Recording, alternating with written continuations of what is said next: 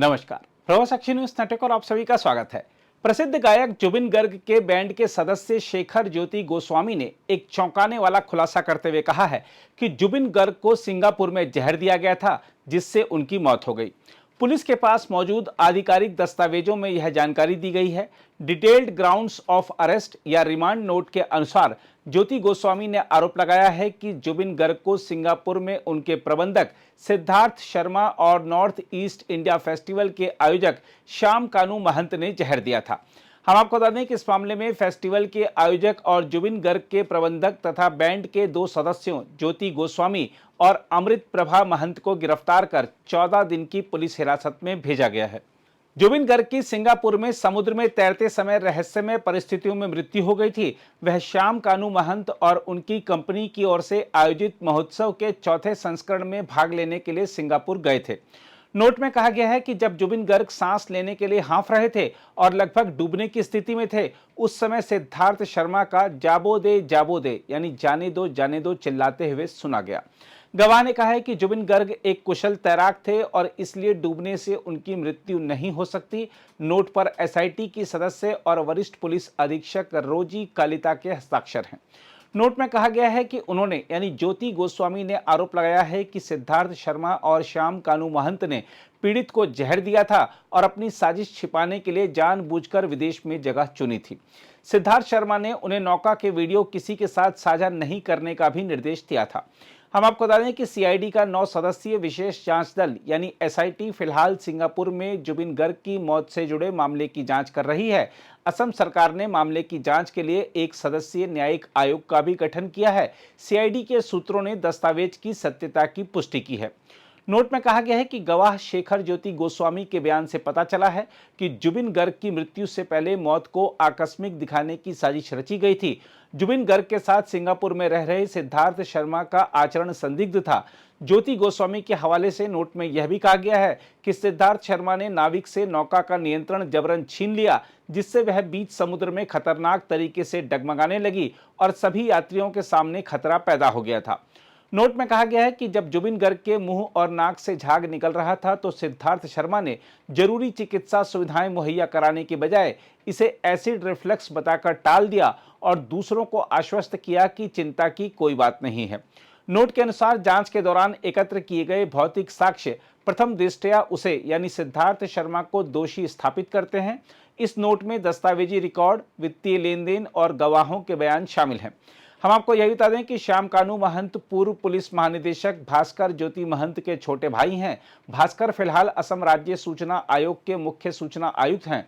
महोत्सव के आयोजक के एक अन्य भाई नानी गोपाल महंत हैं, जो गुवाहाटी विश्वविद्यालय के कुलपति बनने से पहले मुख्यमंत्री के शिक्षा सलाहकार थे।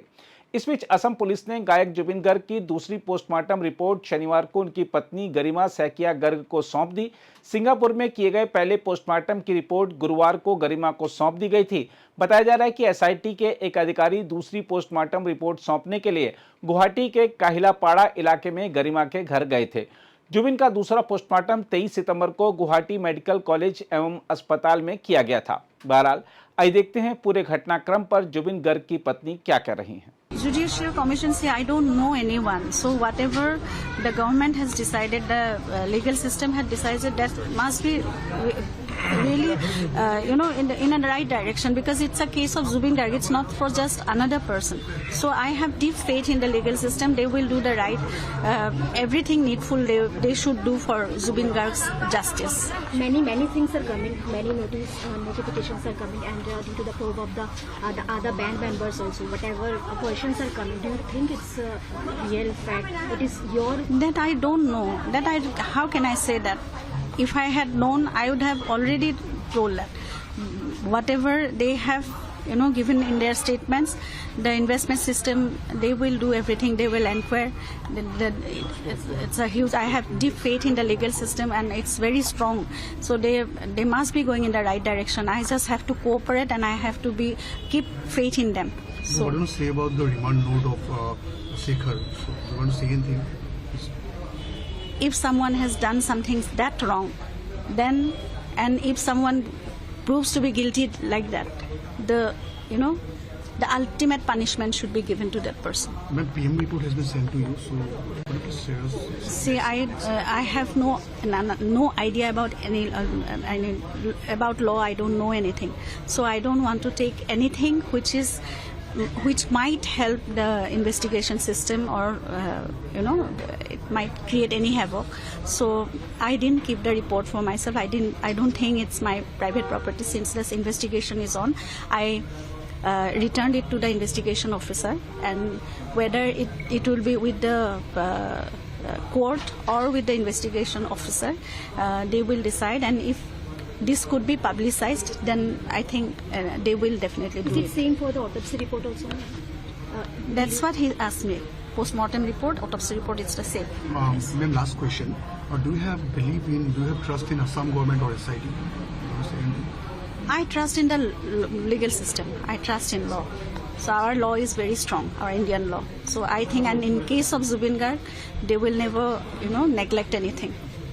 Zubin Garg has to have he has to get the justice. अगर आप भी लेना चाहते हैं देश दुनिया की तमाम जानकारी तो आज ही सब्सक्राइब करें हमारे चैनल को। साथ ही नीचे दिए बेल आइकन को जरूर दबाएं ताकि हर अपडेट आप तक पहुंच सके।